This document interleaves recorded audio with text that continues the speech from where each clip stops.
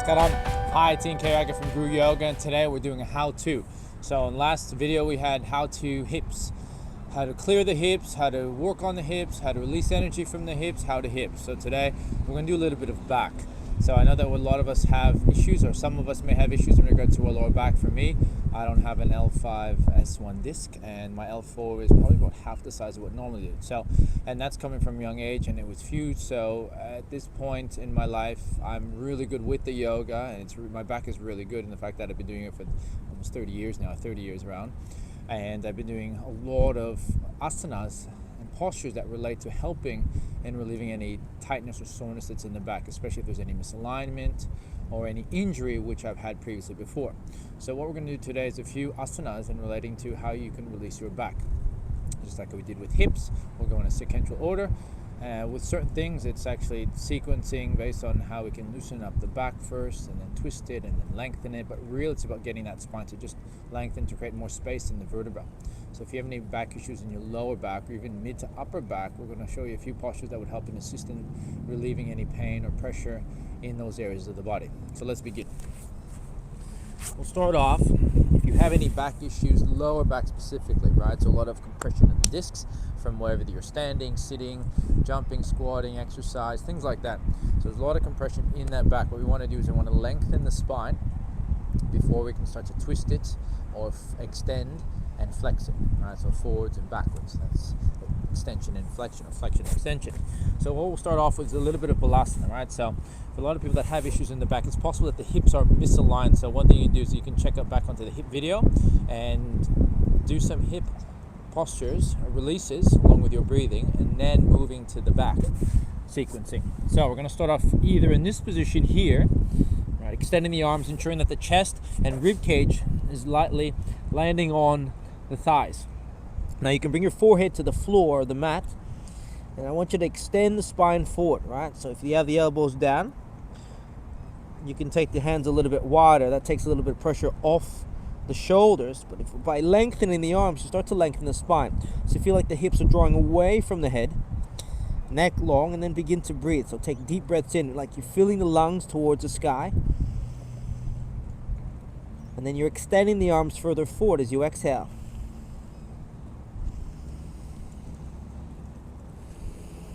So it's an active stretch. You're lengthening on the breath in, and then lengthening on the breath out. If you find that a little bit of stress on the shoulders or very challenging on the shoulders, you can bring the arms back. But the key here is to pull the shoulders away from the neck and then continue to lengthen the spine forward. This stretch with the arms forward is a little bit more effective in the fact that you're trying to lead the arms over towards the front of your mat while you're bringing the hips in the opposite direction. So we'll do that for 4 to 5 breaths, inhaling long, stretching the spine, and then relaxing the lower back and the sacrum as you exhale.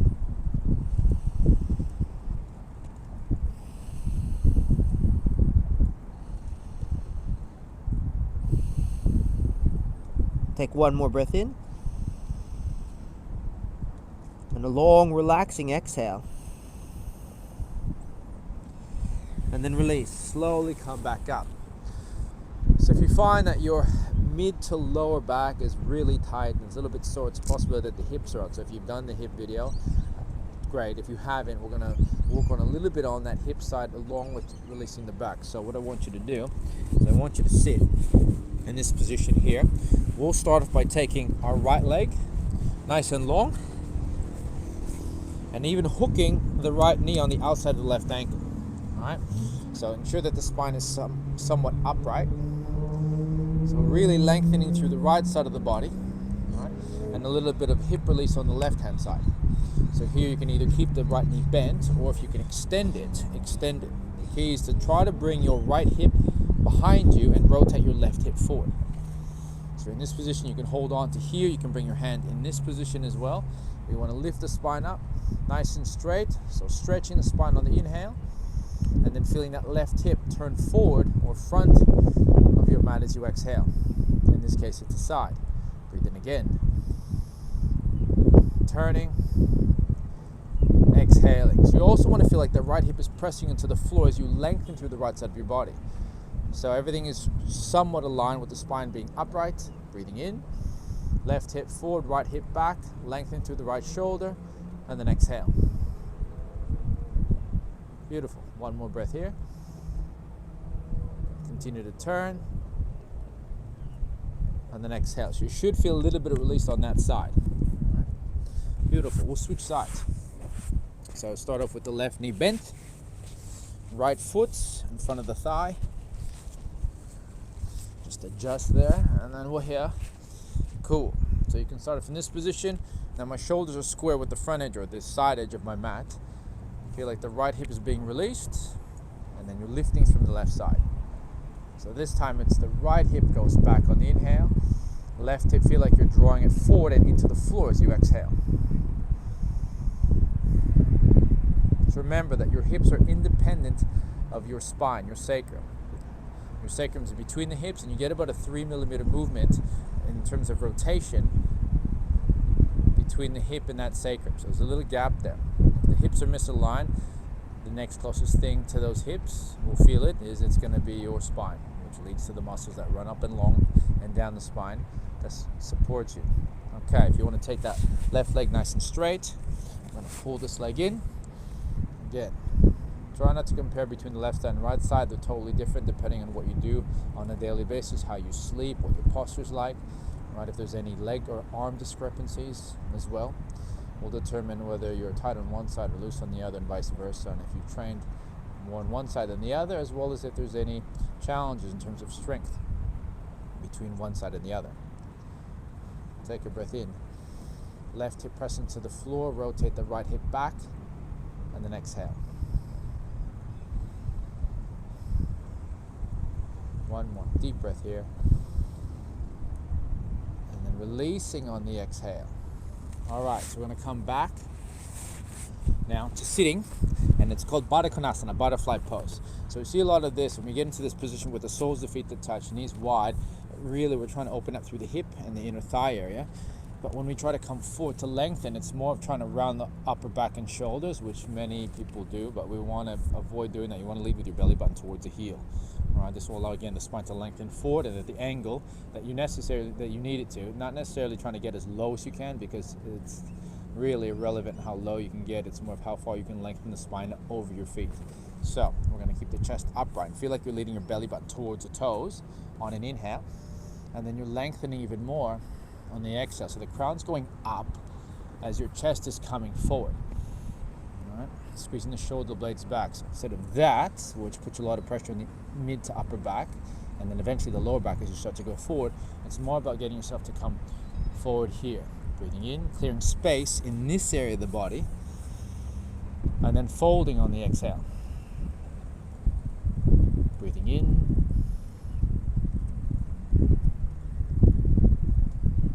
out.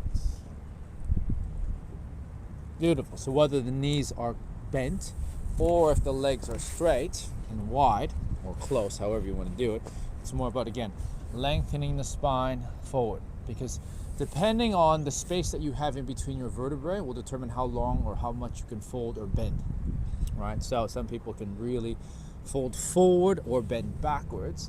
It's not necessarily they're amazingly flexible, it's just there's a little bit of gap, or there's a greater gap in between the vertebrae in terms of the discs than others. All right? So the closer the vertebrae are based on the size of the disc, the less movement you're going to get. If it look like that, less movement you're going to get if they're really close together. If you've got this and there's a disc in between this space here, as soon as you bend, there's a lot more allowance for that spine to move. So again, it comes back down to the skeletal system, not necessarily the muscles, whether they're loose or tight or anything like that. Okay, cool. Come forward. Take a breath. So in this position, right? Again, I'm not necessarily going as far as I can forward or down, but really lengthening the spine up. And then when you do that, you want to ensure that you're activating the quads to support the hamstring and the ligaments on the inside of the knee. Chest forward. Take a breath. And then leaning towards the front of your space as you exhale. All right? So we're there. Breathing in, and then if you want, take the arms forward as you exhale. Pull the shoulder blades back. One more. Deep inhale. And then releasing on the breath out. Okay, now we can go into downward facing dog. So we've lengthened the spine. We've released the hips a little bit. Now we'll try to go into a dog pose. So here, If your back is tight, you're not necessarily going to get the heels to the floor, right? So the key is just start off with the knees bent, let the head hang, and just make sure that you're not trying to hollow out through the back body. You want to feel like the back ribs are pushing out while maintaining a neutral position of your spine. So your spine curves in 4 places as they act like shock absorbers, and you still want to maintain that no matter what posture you're in, whether you're twisting, forward folding, extending, anything in that nature. So you can keep the knees bent, extend the arms, feel like you're lengthening through that downward facing dog, and then pulling the shoulders away from the ears. Now if your heels can touch the ground, feel like you're flexing the thighs, and then maybe try and pulling the toes off the ground. All right. So it's not so much trying to dump forward into the joints so that your chest is trying to touch the ground. It's more about lengthening the hips and then extending the arms with a little micro bend to keep you strong, which will allow the spine to stretch, to lengthen. Now from here you can stay. If you take your feet a little bit wide, it'll give you a greater surface area to bounce on. And then taking your right hand now to the outside of your left leg. So we're going to do a little bit of a twist, right? Ensuring that you're twisting on the axis of your spine and not trying to like round or crunch at the same time. So maintain that same spine angle. All we're doing is just twisting the spine from the mid to upper back, your thoracic. So you do that about 3 to 4 breaths. Come back to center, switch sides. Left hand out to the outside of the right leg. A little bit of a twist. Spreading the shoulder blades as you do it. And then exhale. One more breath here. And then letting go. Empty. So extending back into downward facing dog. Deep breath in. And a long breath out. If you find that's a little bit challenging, you can take a little bit of a twist, and then what we can do is we're going to come back to child's pose, balasana, whether your arms go forward to relax the back body or back to relax the shoulders and the neck.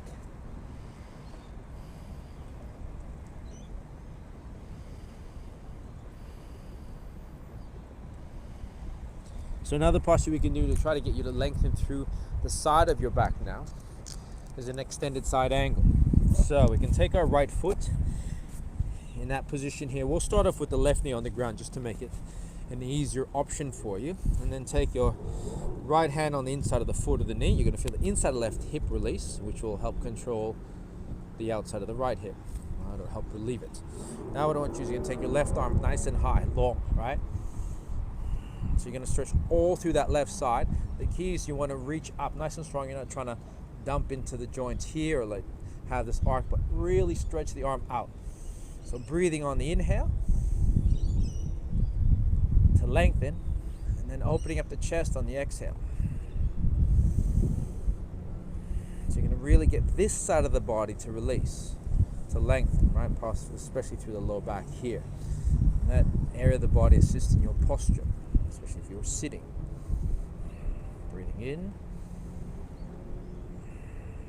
Out. Now to get that chest to open up, which will help relieve the upper back and the shoulder blade area, you can take your left arm behind your back, and I want you to open up the chest. Again, you're not trying to look over the left shoulder, but setting the crown in the same angle as your spine. Opening up here. So whether you look forward, look down, or look to the sky, continue to send the crown over the right knee. Breathing in. Out. Beautiful. Come back to center. We'll switch sides. So now taking the left knee 90 degrees, pressing on the inside of that right ankle. So depending on where you have that foot, whether it's closer to the edge or bent slightly, will determine how much of a release you get on the inside of the hip.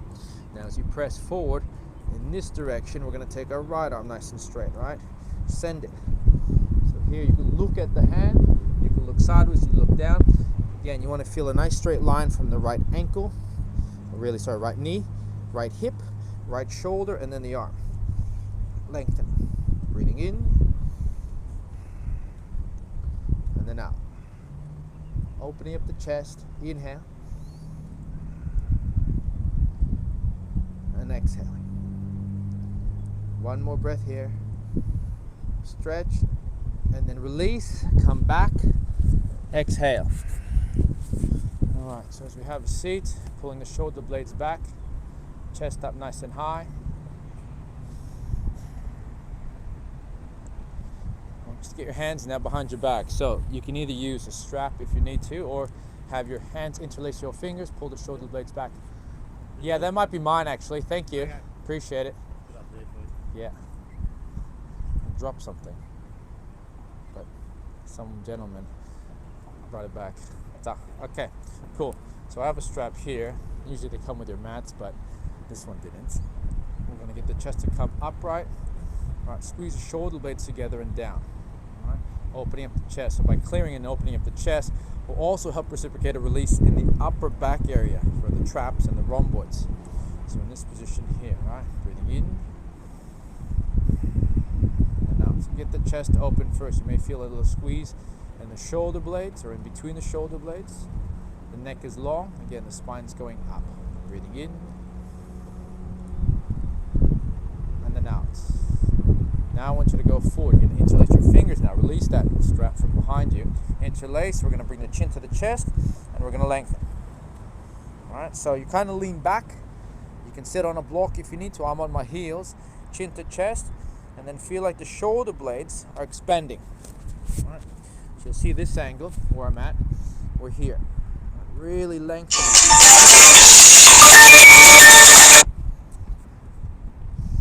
And then out again. Deep inhale. Long exhale. Fill the lungs. And then release. Good. So releasing that posture, you come back to child's pose. Right, someone's calling me. We'll just leave it at that. We're busy. We're doing some yoga.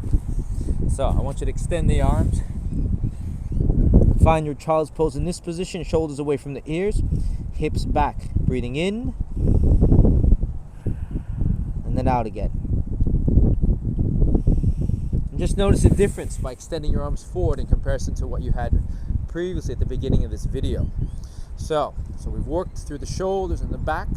You can add a little bit of a twist again if you'd like. So what we're going to do is we're going to take our left hand to the outside of our right leg. We're going to take our right arm behind us. You can sit with your crossed legs, or I prefer to sit like this because the spine is more upright. We're not leaning forward, especially the guys really tight through the hips in some cases. So we're here, chest up nice and high. Your left shoulder is facing the front of the mat. The right shoulder is going to turn to the back of the mat. So it's a lift on the breath in, and you're going to twist on the breath out.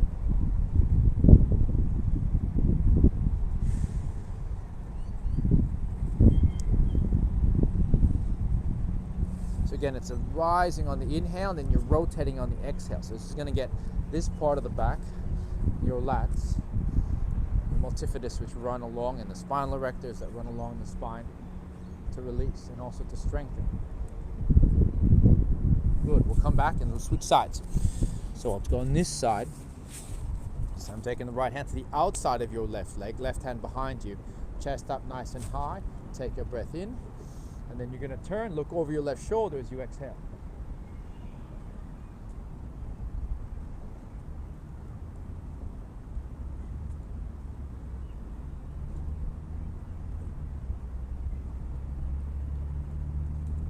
Do that for about 3 to 4 breaths. All right, so now we're going to take a forward fold position. Here, this is a lot of effort in regards to how you do this posture, because we see, again, depending on you, if you have that gap between your vertebrae enough to fold forward, you'll get your chest to your thighs. But for some people, getting them to bend is a little bit of a challenge. So again, it's not about how low you can get to the ground, right? This forward fold may or may not happen, but as long as you're lengthening the spine first, what we can do to alleviate that and just progress is to get the knees to bend, right? We want to get into that position. So I want you to take up hands up nice and high. On the breath in, you're going to come forward. You're going to grab the outer edges of each foot. Exhale. Just notice how my chest is on my thighs, right? A lot of people will go this, keep the leg completely straight, and then get to here, and then try to round through the upper back, right? Compromising the shoulders. But when you're in this position, your chest is upright. You're going to extend the spine forward again. Again, it's like leading the chest, leading the belly over the legs and over the feet to lengthen the spine. What this will do is help untuck the tailbone, right? And take the pressure off that lower back. So as you extend the arms, neck long, take a breath in. You can lengthen the legs if you can do that from here, and then folding on the exhale. So my knees are still slightly bent. If you need a strap and you can't get to your feet, just grab a strap. There's nothing wrong with that. And the elbows are going to bend, towards your hips to get you to lengthen the spine. So even in this position, I'm stretching my spine on the lower back. That as well. But if you can't get to that and you're just here, what's wrong with that, right? Get to this position, because we're trying to lengthen from this area of the body more so than this. 4 to 5 breaths, stretching. Inhale, again, use your chest and thigh support. If you want to place something underneath your legs, go for it. Otherwise, take one more breath in. And then lengthening, feel the crown going towards your feet as you exhale. So, that's your 20-minute back posture asana stretch. If you have any questions, please comment below, send suggestions of what you'd like to see on the videos, as well as all the other classes. And please comment below if you can, and subscribe. Thanks for watching. This is Ian, Guru Yoga. Namaste.